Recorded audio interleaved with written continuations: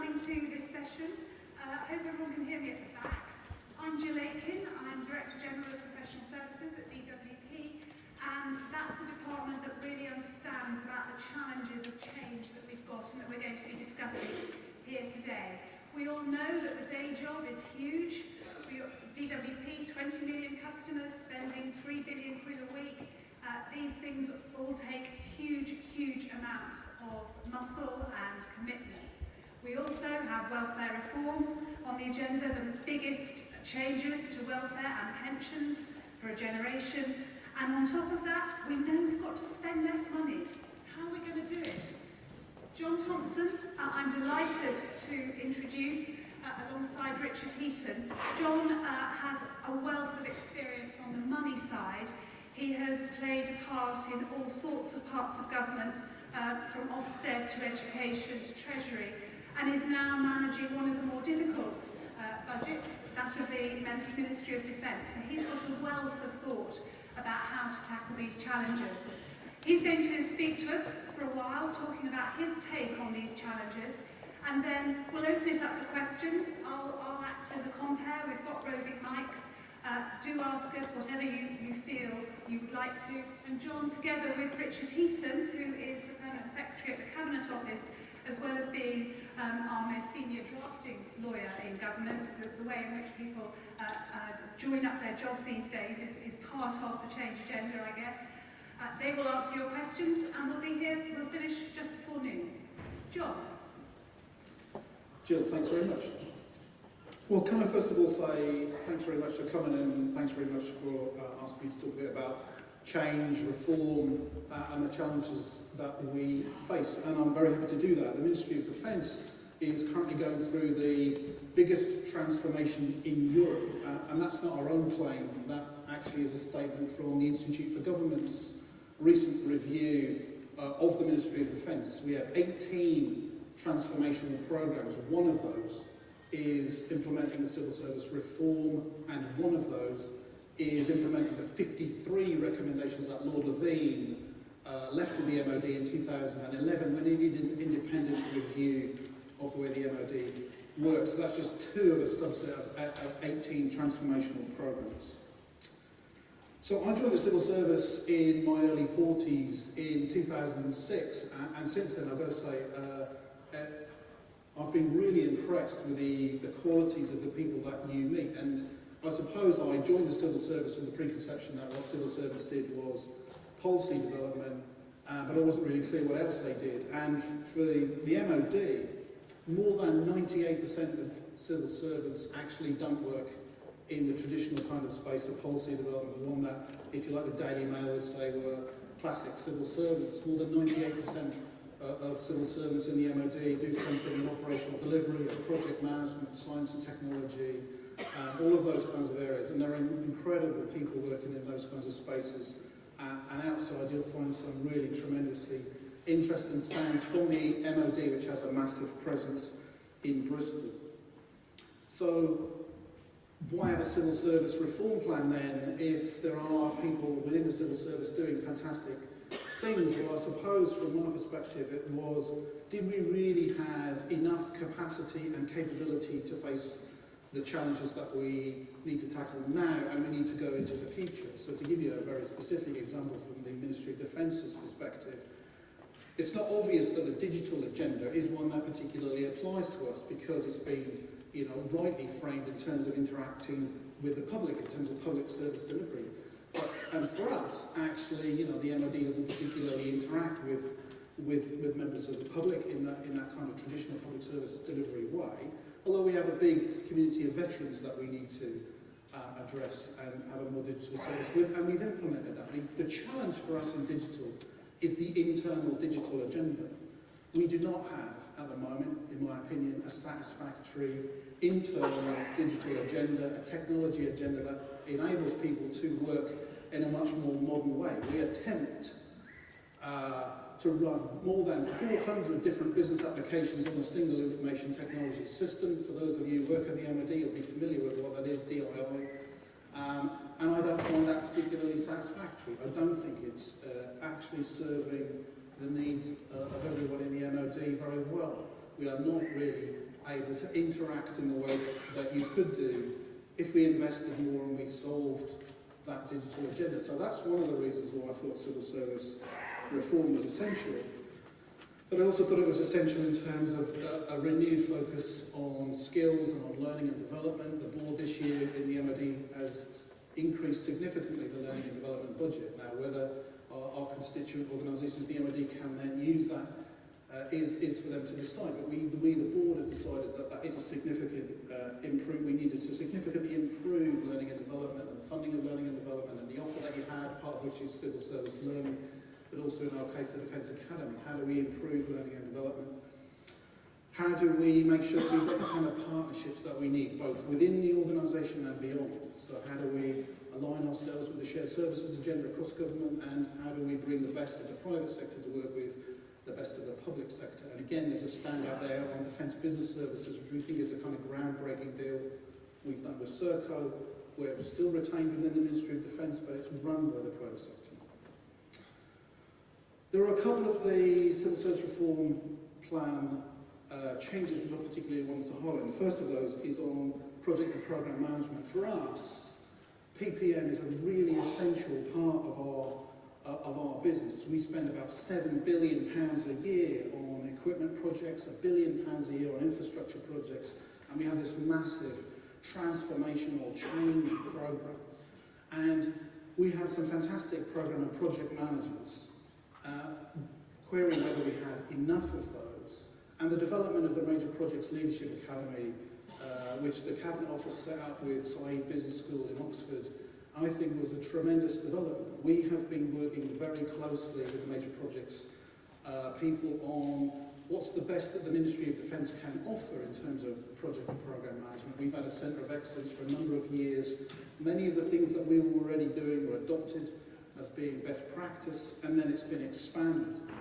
I've been very keen on the MPLA. We've had 4 people going through each of the cohorts. We've been the major departmental contributors to that, and I think that's been a fantastic development for us. I've shared the platform with Lord Brown several different times. If you haven't read his report, it's definitely worth reading. How do we continue to enhance our capacity and capability to deliver projects on time, on budget, to the requirement which was originally set? Continues to remain a challenge for us going forward across all of those areas. The other one that I particularly want to reflect on was learning and the renewed focus on, if you like, on the modernisation of the HR policy set and processes and so on and so forth. If you go back to the staff survey in the MOD in 2012, 2/3 of people said we did not tackle performance management. We weren't addressing the issue. And Cabinet Office colleagues in the kind of HR function in the HR world, led by Chris Last, who I think works at the DWP, had been developing some new policy thinking. We've adopted that from the 1st of April.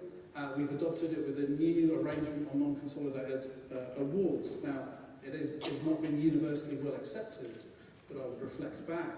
What you said to us was, you're not tackling this problem. We've tried to do some innovative thinking, we've put in a new arrangement, and we see how that goes. So we're responding both to you and responding to the agenda which is right in the civil service reform plan. So for us, transformation of the Ministry of Defence, which is the 3rd largest organisation in the United Kingdom, is incredibly important. How we bring the Ministry of Defence up to the best practice which is elsewhere in the economy, how we tackle civil service reform, how we address all of Lord Levine's various recommendations about how we do this. That's interesting. Is incredibly important. We've done a lot. We've struck a new way of running our corporate support services. We've made a commitment to bring the army back from Germany, £1.8 billion worth of infrastructure investment in the UK, a huge change of 16,000 people and all of their families and all of the kit that we need to bring back, and that will be led by civil servants.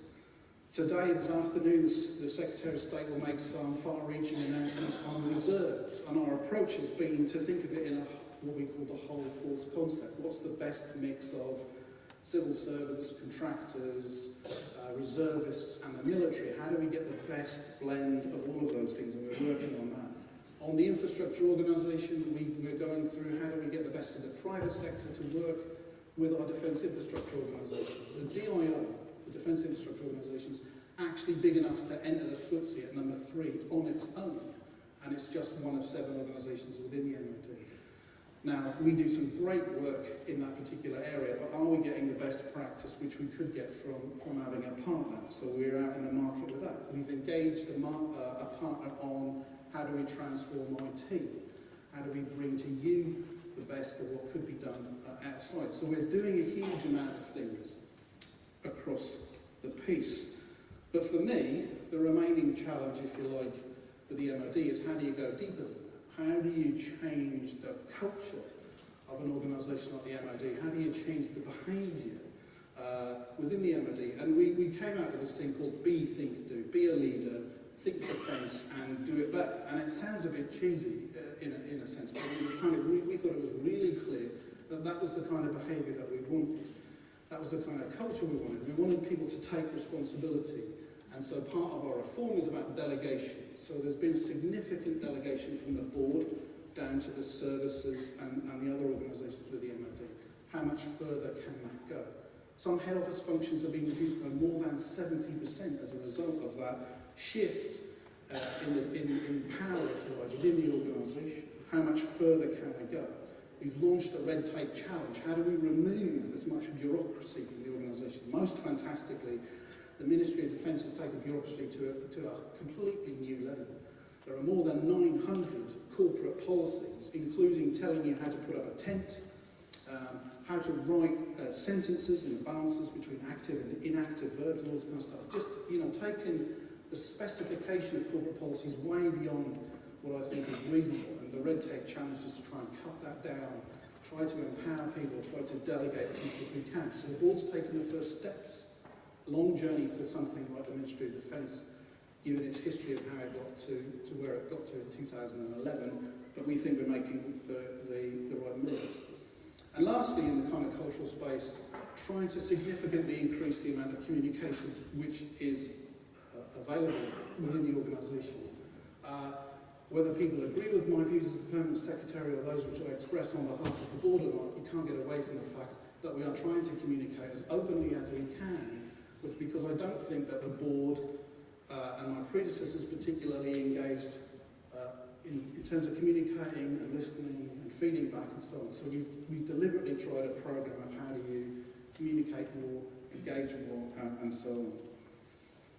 Now it seems to me that that might be enough to make a cultural shift, but we're continuing to learn and reflect, and I think that's also an important part of leadership. So that's kind of some reflections from me. There's a lot more about what we're doing in terms of changing. Jill, over to you.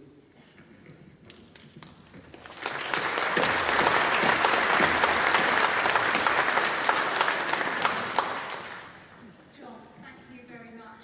Richard, did you want to chip in, or should we just do it? Can I chip in to say, I've been reprimanded on Twitter quite rightly for not mentioning the fact that civil services serve not just the Westminster government, but also the government in Cardiff and Edinburgh. Northern Ireland is actually served by its own civil service. And it's quite an important point, I'm sorry I missed it. I mentioned it in London yesterday, particularly bad one for me to omit it, because I was thinking the things that I've been most proud of kind of observing and being part of it, as I was in the fringes of it. Watching the civil service deliver the Northern Ireland peace process, for example, over a period of several years, was the most extraordinary combination of tenacity and serving a generation of politicians who were very bold and getting amazing things done. But anyway, I forgot to say that we serve 3 governments, not 1, and it was a bad omission, so thank you for pointing that out. Excellent. Thank you very much, Richard. Now let's open it up for questions. John's posed some really quite interesting challenges. He's described a lot of what he is doing and what the MOD is doing and how it is facing the challenges that we all face. But he kept saying, how much further can we go? How much more can we do? How do we meet that challenge of culture and change? While you all think of your own questions, I'm just going to read one out. We did go through we asked people to put in questions in advance, and I'm not quite sure if Richard Dewdney is actually in this audience, but he asked us to answer: the spending review concluded last week. Spending cuts after the next general election are likely to be even more severe. Where will future cuts fall, and what will that mean for service delivery? The reach of the state and the role of civil servants? A big question, I think, but any take on that, John or Richard? You're looking at me as kind of interesting. Go on, you start. I mean, one thing that kind of transcends the colour of the government is, as Jeremy Hayward put it yesterday, you know, we're in a 20-year struggle to rebalance the economy. Not to say it's going to be 20 years of cuts, but this is kind of with us. This concentrated but prolonged focus on efficiency is kind of part of the furniture. So, you know, we will not return to the days very soon that I remember when, you know, a good settlement from the Treasury and spending review was, you know, flat cash or, you know, you might hope for a +2. It's going to be with us, and it's not a particularly political thing, it's going to be with us. As to the size of the state, I'm going to kind of slightly dodge that one, because it's kind of broadly speaking, that's a kind of political philosophical question, but it's going to be with us. There is a lot we can still do to drive out the cost of running government and to protect the front line, and I think that will always be the focus of government, I suspect. So you will continue to see a really relentless drive on spend and on how we spend. So John's department and mine have done a really kind of really unusual agreement at the spending review that we will have skin in the game of defence spending, because we know how important it is and how important it is to save money on the things that we buy. So you will see a relentless focus on property and on spend. There will be an effect on headcount, I'm sure there will be. I can't put any numbers on it, but I'm sure there will be. We are the smallest civil service since the Second World War. We'll probably continue to get smaller. We are extremely productive, which is fantastic. We are more productive than we were because we're doing the same amount of stuff and there are fewer of us. So I can't say precisely. I know it will continue. I know the focus will be on back office and on spend and protecting the front line, because that's the political direction. But there are things that will really help us get there, like digital, for example, which, if we get it right, will be transformational, not just in terms of the quality of the service, but in terms of money spent. John, do you want to add to that? Yeah, I'd agree with an awful lot of that. I mean, I think, you know, the Ministry of Defence has had to take out 20% of spend in 4 years, and it had built up this kind of incredible deficit in the years preceding this government. You know, Dr. Fox, the Secretary of State at the time, said it was £38 billion. Now, I can tell you it definitely was, because I gave him that number. And it, you know, the assumption that public spending on defence, for example, would continue to grow faster than the rate of inflation, significantly faster than the rate of inflation, I think was an interesting one. Clearly we've taken out 20%, and that's involved some reductions of outputs. I mean, the fundamental question here is, how do you change the relationship between the input of public money and the delivery of outputs? I.e., how do you make your organisation more efficient? And to a certain extent, I think this spending review, as Richard said, did allow us to think about it really rather differently. I mean, I led our spending review negotiations because I thought it was so fundamentally important to the organisation. And the deal that we've done on public procurement, so that colleagues in ERG have to work with MOD colleagues in a partnership that drives down the cost of information technology, drives down the cost of common goods and services, I think was a really good step forward for the government overall. I mean, the Secretary of State in France has more described it as a groundbreaking deal. And that doesn't, what that means is, some of the things that we do, we are the biggest purchaser of various common goods and services. How do you use the leverage we've already got for everyone else, because there's savings to be made for everyone else, but how do you use the expertise of people who work for Richard to drive down our costs on things like technology, where we have the second biggest HP account in the world? Yeah? But does it feel like we've got that leverage on HP or not? Well, probably not. And that's not because of, of anything that our own teams have done, because they've done a magnificent job. It's when you begin to introduce someone like Stephen Kelly, who you saw on on video, it just adds a completely new layer to working as a team that can drive more value. And if you drive more value, then that's got to be a good thing. I mean, in the spend review, we agreed £875 million worth of further reductions, 600 million of which is from improving procurement in this kind of arrangement between the two of us. Now, that seems to me to be a pretty massive step forward in terms of the way that we're thinking about efficiency and leveraging the power of the government in a market. And I think there have got to be further developments in that space, and we'll be exploring those in the run to 2015. Thank you very much. Now it's your turn, and I'm going to peer out into the... Who would like to ask a first question? Very good. Now, if you can wait for a roving mic, and then everybody will be able to hear you. And if you could just introduce yourself and where you're from. Here.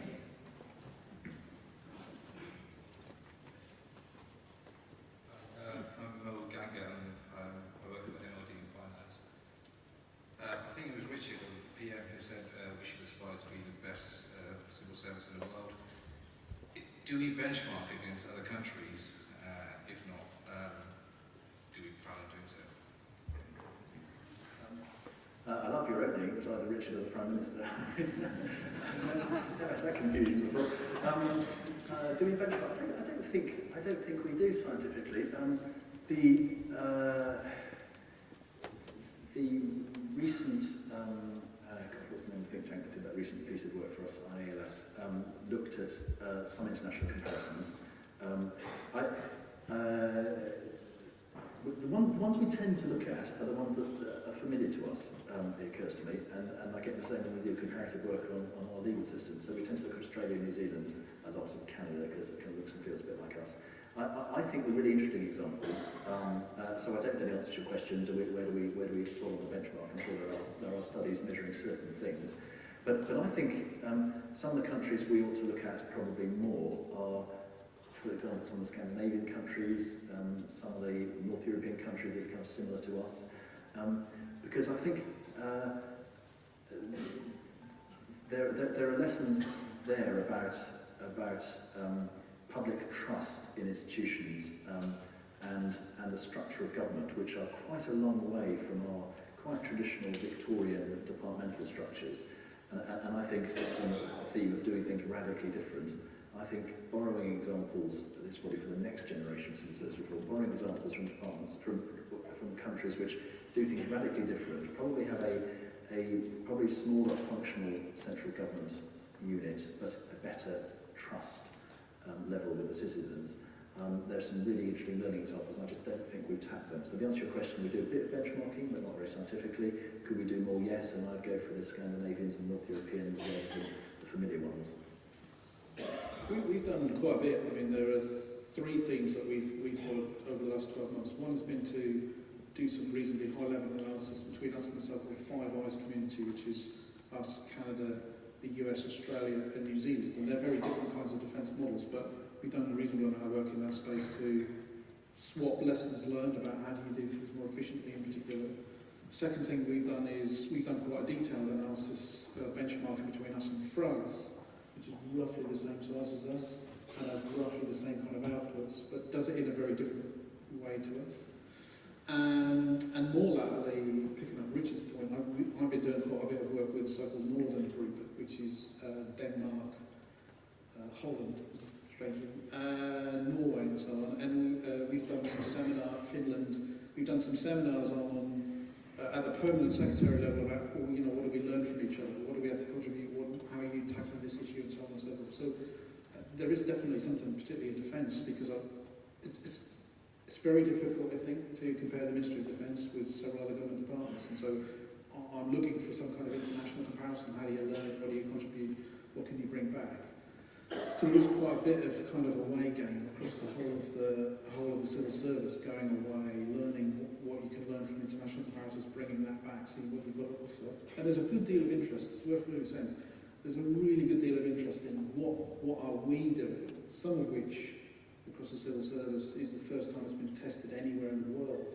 So there is some interest in what we're doing, as well as us learning from other people. Some of the innovative things I mentioned earlier, I mean, the G8, two of the innovative things that this civil service has led on, transparency and social investment.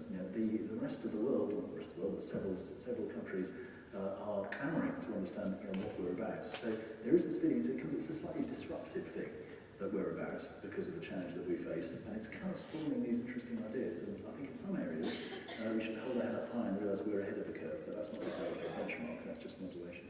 Of course, there are fabulous things that we deliver every day, whether it was the Olympics last year or things that all of you will be doing on a daily basis. There is some international work on how well governed we are. It's not just about the civil service, but it's also about the rule of law, it's about decision-making with local authorities too. And on those sorts of measures, we do reasonably well. We're up there in the top, certainly in the top quartile and even better.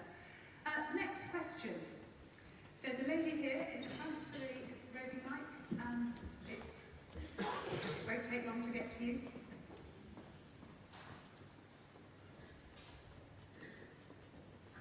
I'm Jill Child from Cardiff. Somebody said earlier on today that people come into the civil service in many different stages of their life, and I'm one of those people. I'm going to swear now, having worked in the banking and finance industry for 38 years and come in after my husband died, because I thought I'd retired, and had to come back in after my husband died to a job to comfort me, I suppose, and something I could do for 6 months.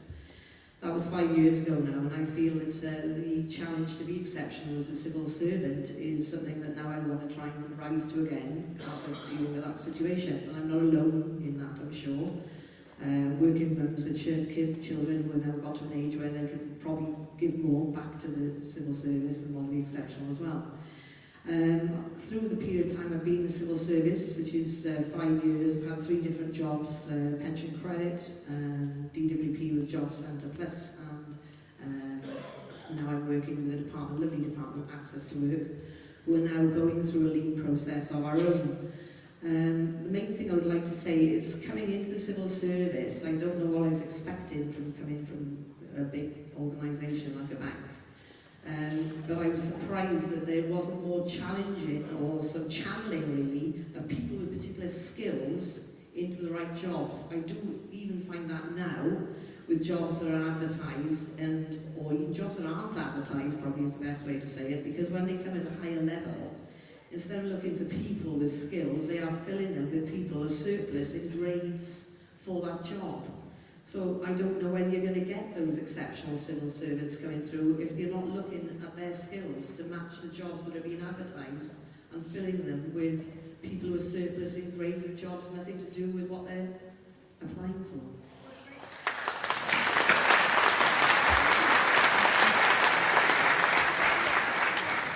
So it's all about getting the right people into the right jobs. How are we going to do that better?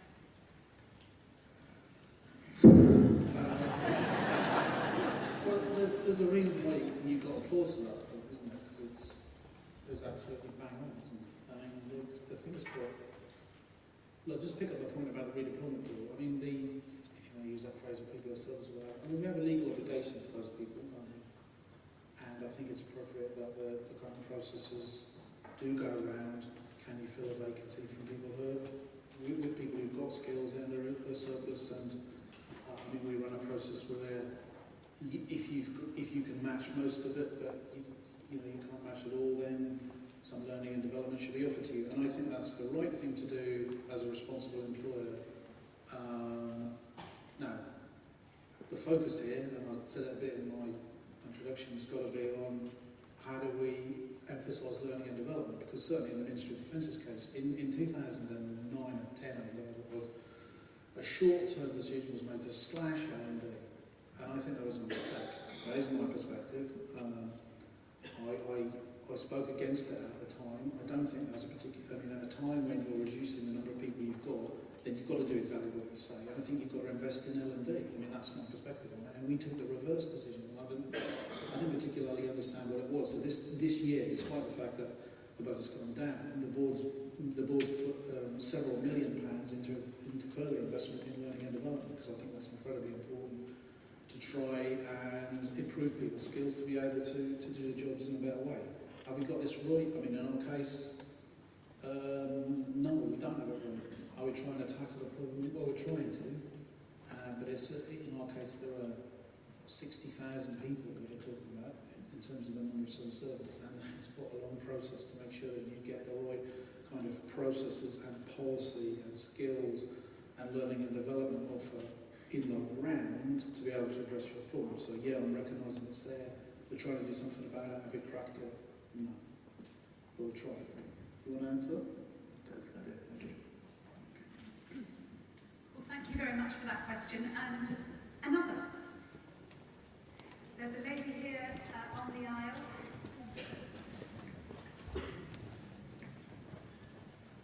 Hello, my name is Sandra Armstrong. I work in the Cabinet Office. When I joined the civil service 25 years ago, there were no computers on the desk. We could smoke at our desk, and your team leader was down the hallway in their own room, and you had to call them by Mr. and Mrs.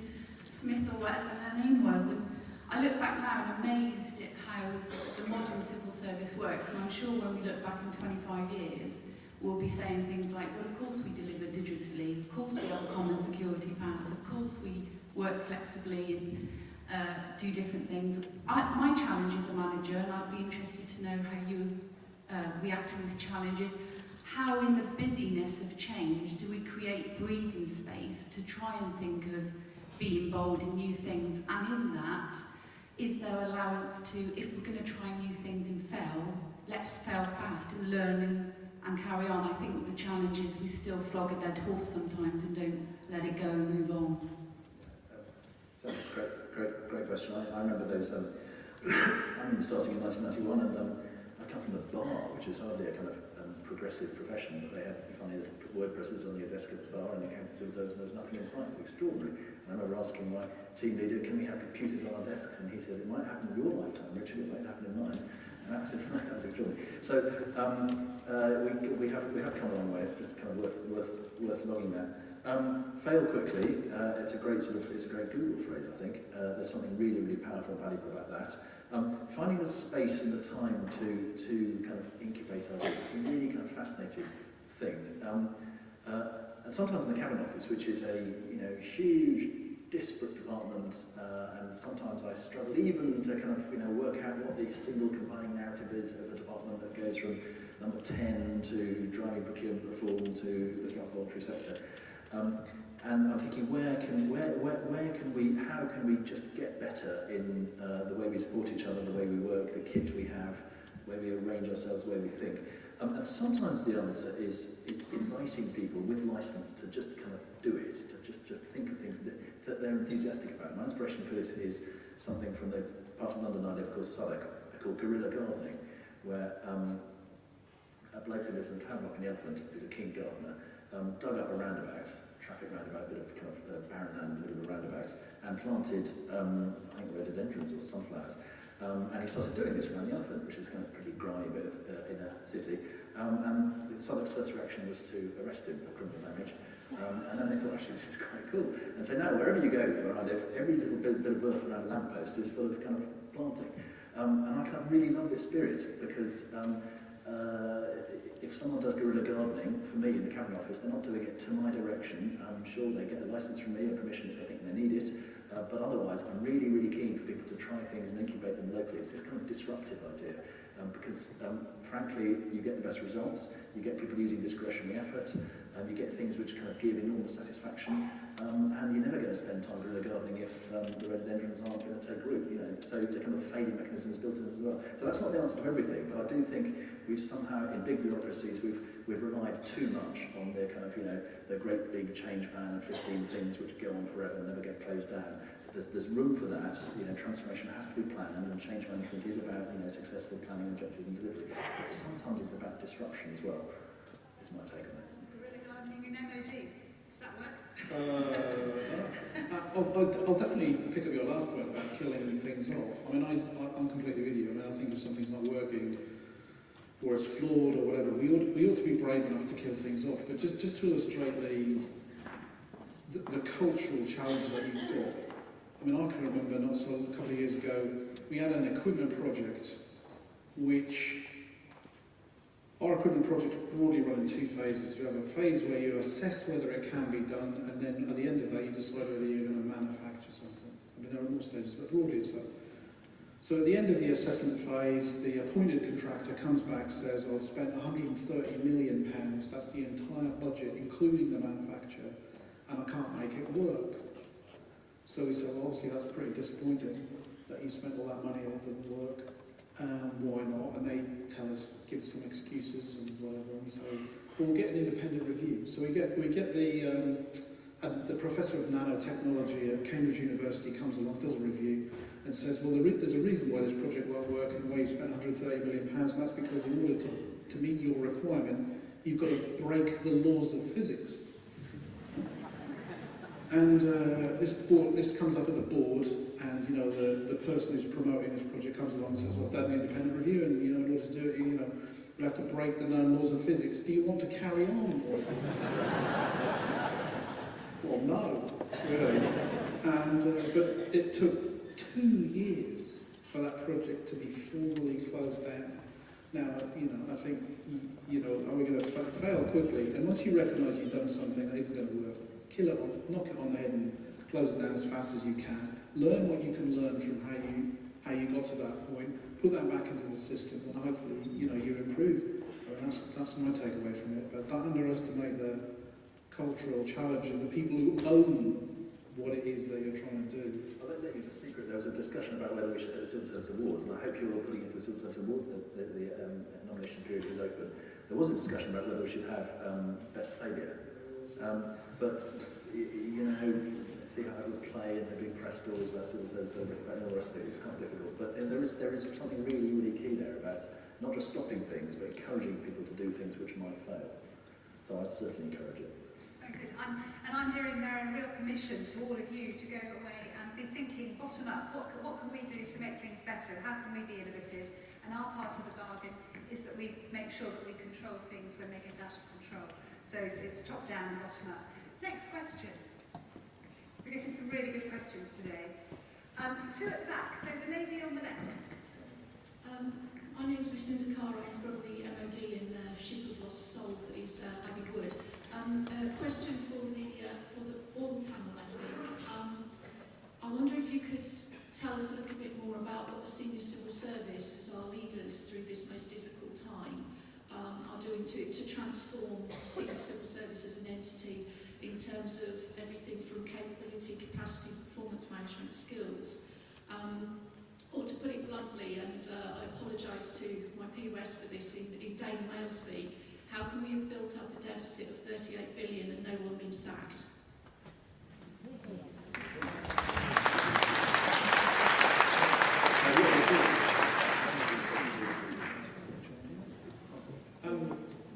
Well, I'll lead off with the Richard.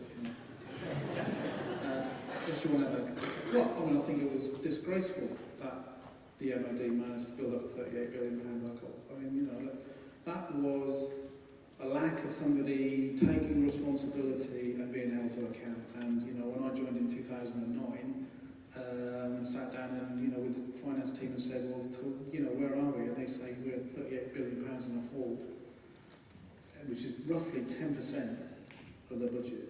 It's a pretty shocking fact.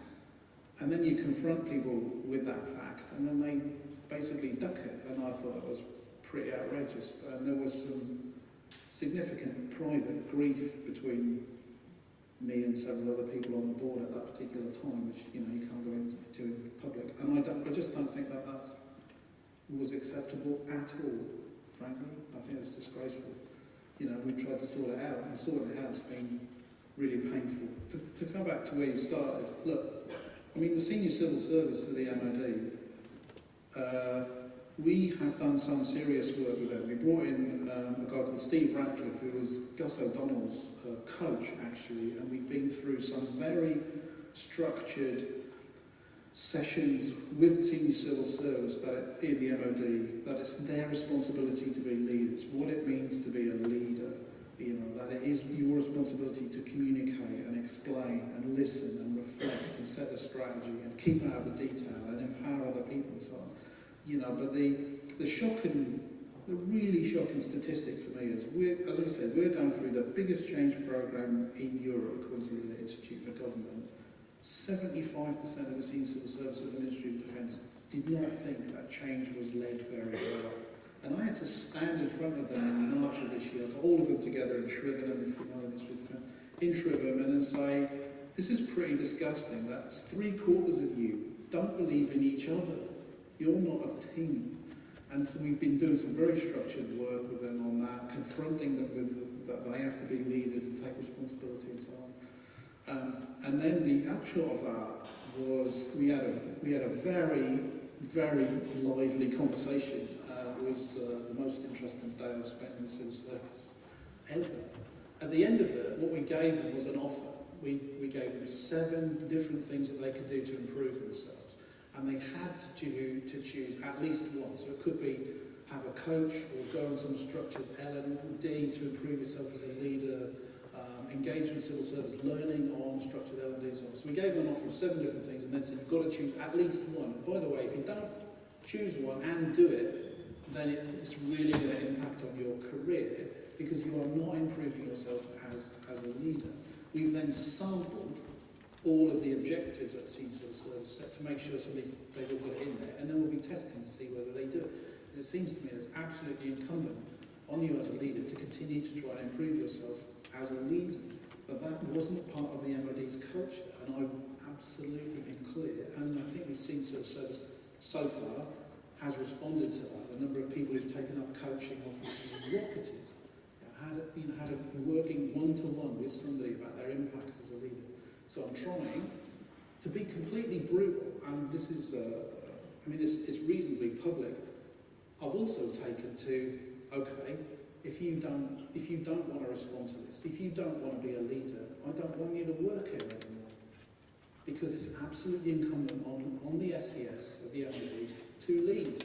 And if you don't want to do that, well, I think you're working in the wrong organisation, frankly. And there have been some people, and I'm okay with this, right, who come to me and said, you know what, I just don't want to do this. And I can respect that. And, they've exited the organisation. And I'm okay with that. I'm okay with debate. But I love the debate, right? But eventually you have to decide whether you're going to lead or not. And that requires bravery and integrity and authenticity and all those kinds of things. And if you can't respond to that, and you're honest about it, well, I'm okay with that. So there have been some exits as well, and we've recruited and promoted. So there is also a refreshment of the senior civil service and a reduction in line with the number of people who work in the MOD. So we try to keep the ratio of senior civil service to everyone else roughly the same as we reduce the overall numbers, so that the impact of reductions is felt by the senior civil service too. But you might want to add a bit about learning.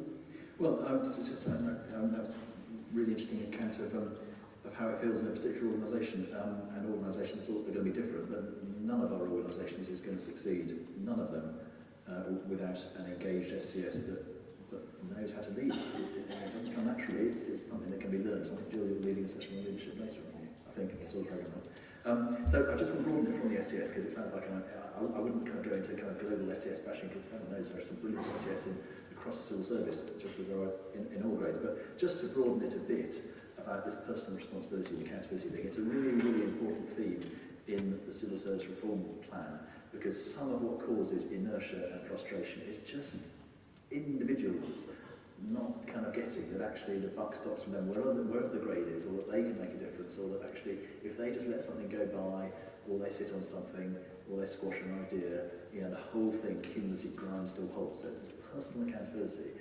And you call it leadership, sometimes it is leadership, sometimes just responsibility is just a better word. And sometimes if that's not the culture, it's incredibly empowering and enlivening culture when you get it going. And I left Jill's department a few years ago, and I kind of felt it was taking root there.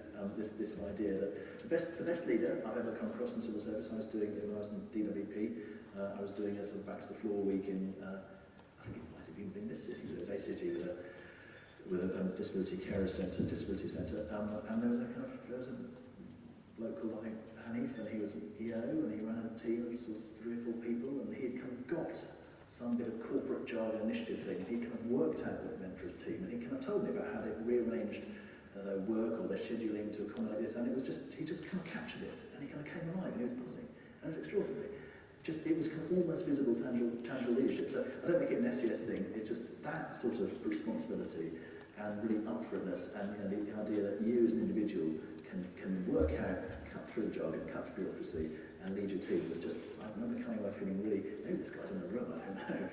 There's a called Hanif who remember having that conversation with him about 3 years ago. Thank you very much for staying with me. DWP has been concentrating hugely on this, and I think one of the changes that I noticed when I talk to colleagues across government is just how much more time we now spend talking about our people. So the board of DWP meets every Monday afternoon, and every 3rd or 4th week we spend at least 2 hours talking about our SCS in a way that 10 years ago we wouldn't have dreamed of doing. And those messages that we will now absolutely be rewarding the how and not just the what, I think becoming embedded. I'm seeing that more across when I talk to other colleagues from other departments too. So I hope we're now pressing the right messages, and there's certainly the way in which we're judging people's success. It's no longer possible to succeed because you delivered something at enormous cost to the organisation or your staff, for example. You succeeded, but the how is lacking. Absolutely impossible now, I hope, to be able to get a bonus, for example, for that kind of work. So thank you for that question. And there was a lady next to you, I think, who was also... No? We've covered it. Excellent. There's a gentleman here, a lady here, sorry. My name's Beverly Anderson. I work for the Ministry of Justice. I attended the introduction meeting when you spoke about transforming justice, transforming the civil service. And I heard some of the comments from our current leaders, how exceptional you all are, how well we work, how, we're giving the public, a service for the money, etc., etc. However, what I want to say, you talked in that speech about there was a debate between fast streamers and 16 and 17-year-olds who said that the civil service doesn't sell itself. Okay? When you want to recruit people, it doesn't sell itself. As a frontline officer, and I've been a civil servant for 10 years, it's difficult to sell ourselves when our own government stand in Parliament and say that we get 7% pay rises automatically. It's difficult to say when our own Chancellor says that the private sector are paying for the public sector. Anybody that's a frontline officer in any department will tell you that we have moved with change, we have done everything, and I am an exceptional public servant, I am a proud public servant. But when is this government, and when are you as senior civil servants going to say, stop vilifying our civil servants and our employers to the media and stand up for us and say exactly what you've said in that speech? It's absolutely diabolical.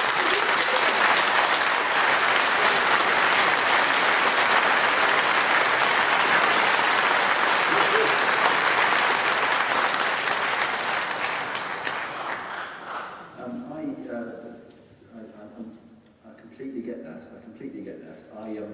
And the reason I spent a bit of time just actually dwelling on and trying to get under the skin of just why we are so fantastic is because I don't think, as I say, we say it enough. And I said it yesterday, and press were in the room, and I would say it in any public forum. And it really, really bugs me when I feel that the political debate sells us short. I think it's grossly unfair, and it's miserable. It doesn't help. The civil service doesn't function well when there is this perceived kind of war of vital, which is the phrase that some of the journalists use. It doesn't help when we feel that we're not aligned with our ministers. If you'd heard, and I'm not going to try and give a political response, because I think part of what you said requires a political response. I'm not obviously going to try and do that. Although Francis Maud, who was on the platform yesterday, said, if I say 10 things about the civil service, the positive and one negative, it's always the negative that gets reported. We do have this conversation quite a lot with ministers about the tone in which the civil service is portrayed in the media. All I would say is don't take the most negative reporting as necessarily what's being said by the mainstream ministerial team. By and large, I think we get fantastic support, as you saw in that clip from our ministers. It would be fantastic, wouldn't it, if there were more opportunities, if they said more of that in public. And to be honest, we do have that conversation behind closed doors. We give them exactly the challenge that you've given me. Sometimes politically it's difficult, sometimes they feel able to do it. I would like to move to a time when we all felt more confident about saying with a united voice that we are ministers and civil servants trying to do the best for Britain and make things better for our citizens, because that's why we came to the civil service and that's why they went into politics. So we've got an awful lot in common, and I would love this perceived kind of war to end, because it's bloody annoying and it's unfair, and we certainly don't deserve it. It's not characteristic of what many of our ministers think of us. I know it's not, because I've heard them say so, but yeah, you're right, the way the public debate is heard, it sometimes feels very unbalanced. How does that feel in defence? I said, I think the question's really good. I was talking to a couple of colleagues before we came in here about why did the Chancellor make the statement he did, or Andrew Marr, about protecting the military and cutting civilians. I mean, it was completely regrettable that he did that in that way, and we didn't know he was going to do that. I mean, a kind of military good, civilian not so good argument in public is not helpful at all. Not what we agreed to do. It's become a political issue. The challenge to your question for someone like Richard and I is, how does someone like me respond in a public way that would get any kind of recognition? Because I have some fantastic people doing amazing things, and I'm quite happy to say that here, and I'm quite happy to say it in public. But how does that work? Is it going to be me versus the Chancellor of the Exchequer and Andrew Marr? I mean, it's not going to work, is it? So, we've actually given this question back to. I blog a couple of times a week. We have this kind of interactive blog site, and I'm getting quite a lot of grief at the minute about exactly the question that you asked. And the question we put back is, what do you want me to do? I'm very happy to do something. At people's suggestions. So, if you work in the MOD at the minute, you can email me direct, right?